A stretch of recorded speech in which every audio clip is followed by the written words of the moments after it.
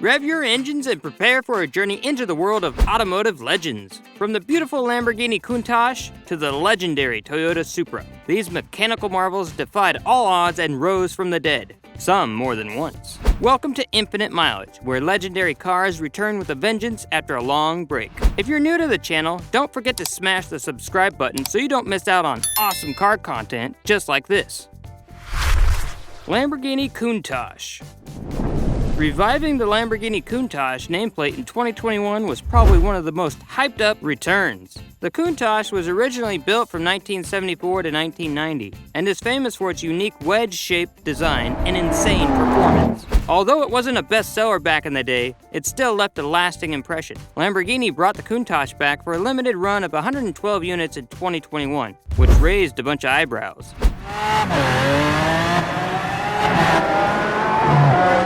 Instead of a fresh design, the new Countach was essentially a restyled Sean with ties to the Aventador. It shared the same powertrain and offered only slight performance improvements, all at a low sum of $2.64 million.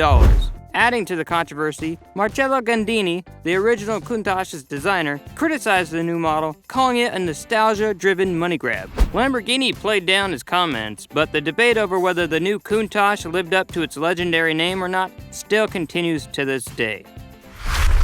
Next, we have the Acura Integra. The DC2 Integra Type R is the best front-wheel drive car in history, and car guys worship it for its crazy good handling. Unfortunately, the Integra RSX vanished in 2006, leaving a void, and people had been dying for it to make a comeback. So it came back in 2023.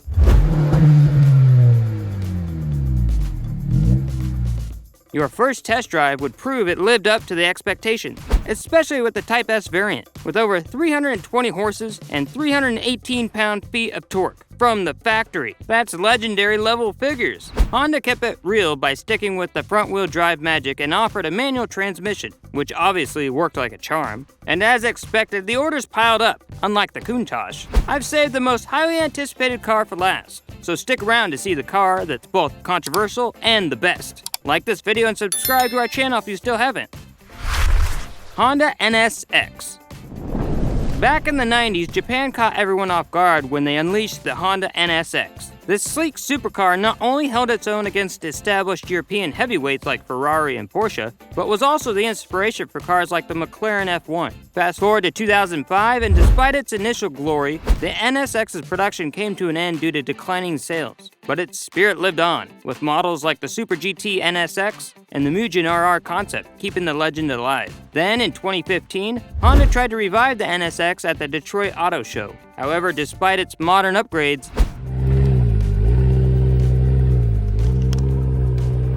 it couldn't quite recapture the magic of the original NSX, which had dominated the 90s scene. Then, in 2016, Honda thought, let's do it again! And the NSX came out looking sharp, with great handling and a fancy hybrid setup. But I think we can all agree that even though the remix was good, it'll never be as iconic as the original. NSX from 1989 to 2005 will always be remembered as one of Honda's all-time greats. Oh well, I guess nobody can live up to the classic NSX anyway, not even its own modern version.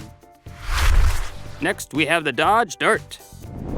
The Dodge Dart was a rock star on the roads back in the days of bell-bottoms and disco balls. It rocked a classic front-engine, rear-wheel drive setup.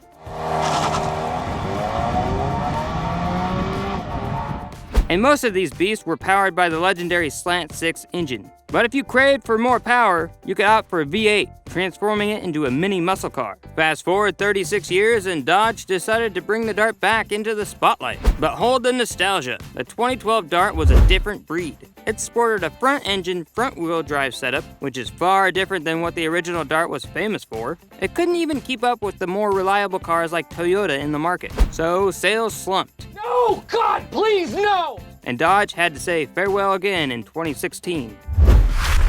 Fiat 500. History sometimes repeats itself in the car world, and Fiat knows a thing or two about it. In the 50s, they unleashed the Fiat 500, or the Cinquecento if you're feeling Italian. It was the city car for the masses. Like the European answer to the Volkswagen Beetle, small, practical, and budget-friendly. That's perfect for zipping around urban streets. By 1975, almost 4 million of these adorable rides had found homes. Fast forward to 2007, and Fiat decided to throw a 50th anniversary party for the original 500 by bringing it back to life. A full 32 years after it waved goodbye, the modern version retained its cute city persona, but it wasn't quite as loved as the original, so Fiat eventually pulled the plug on its US sales. History can be funny that way. Chevy Impala SS. When you spot the iconic SS badge on a Chevy, you know it's time for a high-octane adventure. Among the many lucky cars to carry this badge, one of the favorites is the Impala SS. This mid-90s sedan marked the epic return of the Impala SS. Even though it had 4 doors instead of the usual 2, it packed a powerful punch, thanks to its huge 5.7-liter V8. It was also borrowed straight from the Corvette that the Thunderbird was trying to compete with. It was a wild ride while the car was still in production, but the Impala SS took its final bow in 1996 after 3 years. Thankfully, the Impala SS made a dramatic comeback as a 4-door executive sedan in 2014, with a bit of a twist. It was essentially a rebadged Holden VF Commodore. And despite having a 415 horsepower V8 under the hood, it struggled to rev up the sales charts.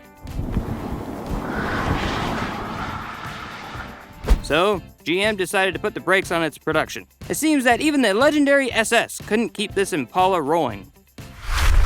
Ford Bronco. In 1965, Ford dropped a bombshell in the automotive world with the original Bronco, a nameplate that would become legendary. Fast forward 3 decades, and changing consumer tastes led to the Bronco's retirement in 1996. Ford replaced it with the 4-door Expedition, which was a decent SUV, but it just couldn't quite capture the hearts of Bronco fans who wanted the return of their beloved SUV. Well, they got what they wanted in 2021 when Ford brought back the Bronco. And boy, did it make an entrance. The new Bronco strikes the perfect balance between honoring its heritage and offering all the modern bells and whistles that today's buyers demand. It's a nostalgic nod to the past with a touch of flair. But here's the catch. This revival has been so popular that production couldn't keep up with the demand, thanks to pandemic-related bottlenecks and chip shortages, but it started to get picked back up again. Other than that, there's no downside to this American icon. Toyota Supra. The new Supra is probably one of the most controversial revivals to date. It's a car that has fans split down the middle. On one side, there are those who celebrate its very existence as a return to form for a manufacturer that seemed to have lost its way for far too long. On the other hand, there were people who called it a letdown because it's essentially a BMW Z4, with BMW parts too. But no matter where you fall on this Supra spectrum, there's no denying that its return is one of the best moments for Toyota. The MK4 Supra had already reached mythical status among a specific breed of enthusiasts, and the MK5 Supra finally gave us what we had been asking for 2 decades. Having had a chance to get up close and personal with the GR Supra 3.0 in 2022, you'd find yourselves pleasantly surprised. It's a Toyota that has a unique balance between practicality and performance, which isn't something other manufacturers are offering in its price range. While some might hate the polarizing aesthetics and the Z4-inspired interior when you're behind the wheel, but once you get to experience the 2022 GR Supra, those concerns vanish into thin air. Whether it will claim a spot as a future classic someday is still up for debate, but following in the tire tracks of the iconic MK4 Supra was an almost impossible task anyway. That's all for today's episode. Which one of these cars do you think is the most iconic? Let us know down in the comments below. I love hearing your thoughts, and I hope you enjoyed the video. If you did, give this video a big thumbs up, and don't forget to click the subscribe button and hit the notification bell. I'll see you next time with a brand new video. Until then, take care.